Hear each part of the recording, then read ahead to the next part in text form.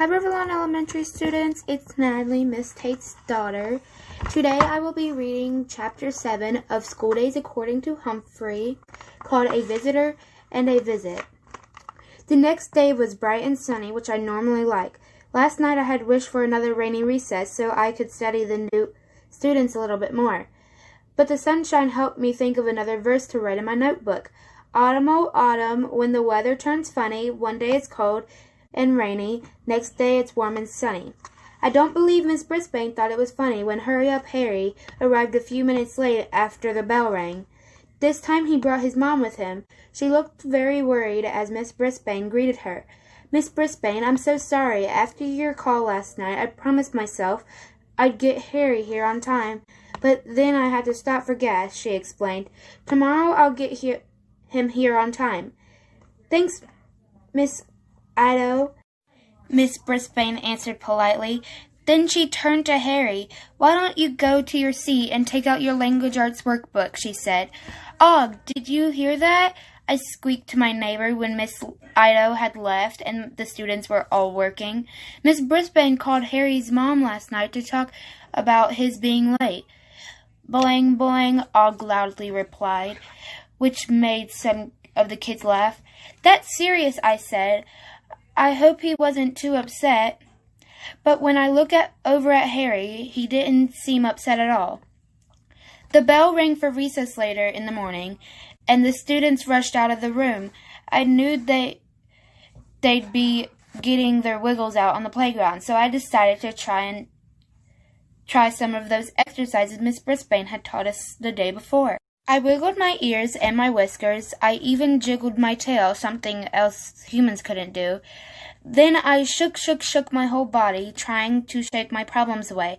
Rockin' Humphrey, I squeaked. I guess I looked a little silly, but I felt good. I felt even better when I heard a familiar voice say, Humphrey, what are you doing? I looked up and saw a wonderful sight.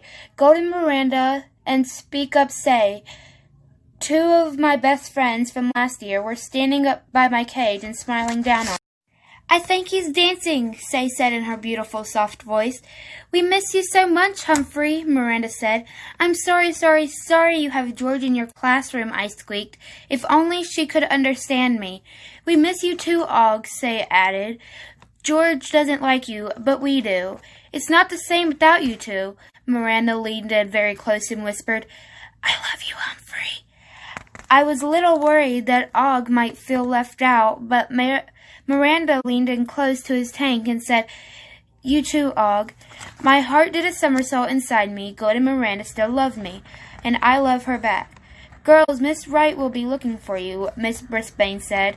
She's always know when somebody's missing from the playground. They laughed and promised to come see me again. The rest of the day I tried very hard to concentrate on what the teacher said, but no matter what she said, I kept hearing Miranda's voice saying, I love you, Humphrey. Later, Miss Brisbane made an announcement. Class, I'll be taking Humphrey home this weekend. Starting next Friday, he'll start going home with a different student each week. I was a little bit relieved not to be going home with any of the new students, since I still don't know them very well. However, I am a very curious hamster, so I couldn't help wondering what weekends at their house would be like. Miss Brisbane lived in a yellow house with her husband, Bert. After an accident last year, Bert was now in a wheelchair. He spent a lot of his time in a workshop making birdhouses. He made a big extension for my cage, too. Thanks. He also worked part-time at Maycrest Manor, a place where people get better after an accident or an illness. Sometimes he took me there to help. It's pretty quiet at the Brisbane's house, especially compared to some houses, which are filled with kids and pets. Sometimes it's a little too quiet, and I miss Og. I dozed a lot that weekend. I napped while Miss Brisbane tidied up the house. I slept while she went over students' papers. I snoozed while the Brisbanes went out Sunday morning. I certainly rested up when Miss Brisbane opened my cage on Sunday afternoon and said, Humphrey, you must be bored to tears. I haven't paid a bit of attention to you this weekend. but that's changing now. She scooped me up and put me into my yellow plastic hamster ball. How about a change of scenery? She asked. It sounds unsqueakably nice to me. She carried me out of the garage where Miss Brisbane was hammering away at a piece of wood. I thought you might like some company, Miss Brisbane told her husband. I always do, he said. Miss Brisbane sat in an old stuffed chair near the workbench and put my hamster ball on the ground. My hamster ball didn't have flashing lights or music, but I still liked it. Go take a spin, Humphrey, she said. You need the exercise. I started the ball rolling. Things look different from inside the ball, and they sound different too. When the Brisbanes talked, they sounded as if they were underwater, but I could still hear what they were saying. Bert, may I ask you a personal question? She said. He chuckled. We've been married 30 years, Sue. I think you can ask anything you want. Okay, what's the worst thing about being in a wheelchair? She asked. Bert thought for a few seconds. I can't reach that box of candy you hid on the top shelf in the kitchen. Miss Brisbane laughed. I put it up there so I can't reach it either. Then Bert got more serious. People are the worst part of being in a wheelchair. Why? Miss Brisbane asked. Well, I don't like it when people treat me as if I'm different. I'm no different just because I'm sitting in a chair. I'm the same person I always was, he explained. His wife nodded.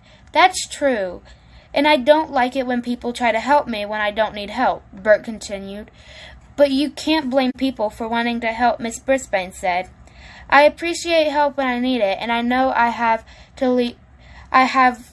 to ask for help sometimes, but some people just won't leave me alone, like Violet Russaman next door. If I'm outside for 1 minute, she runs over to see if she can help. She really gets my go. Miss Brisbane laughed quietly. You haven't changed a bit since you've been in that chair, Bert Brisbane. You're as stubborn as ever. It's called independent, he said, chuckling. Bert began running a piece of sandpaper over a piece of wood. Why do you ask? Oh, there's this girl in my new class, Rosie. She's in a wheelchair, Miss Brisbane said. She's very independent, too. That's good, Bert said. Yes, but she's not the problem. It's another girl, Miss Brisbane sighed. Something else, Bert, she said. You know how when you were a boy, you were really short? Mr. Brisbane smiled and nodded. Yep, until one year when I went from being the shortest boy in the class to the tallest boy in the class. It happened over the summer. Quite a change. Which did you like better, being short or being tall? Mr. Brisbane stopped sanding the wood. I guess there were problems either way. That's what I was thinking too, his wife said. Me too, I squeaked, rolling my ball closer to her chair. Oh, Humphrey, I almost forgot about you, Miss Brisbane laughed. No one could ever forget Humphrey, Bert said. Humphrey won't be here next weekend, Miss Brisbane said. He'll be going home with a student from the new class. Which one? Mr. Brisbane asked. Yes, which one? I squeaked. I'm not sure yet, Miss Brisbane said. We stayed out in the garage for a while, but the Brisbanes talked about other things I didn't understand. As I rode around the garage, I tried to imagine Mr. Brisbane as a boy. It was hard. And when I tried to imagine Miss Brisbane as a little girl, that didn't work either. Maybe hamsters just don't have good imaginations. Humphrey's rules of school. Everybody has a problem, not just you. So that was the end of chapter 7. So hope y'all like the rest of the book. Bye!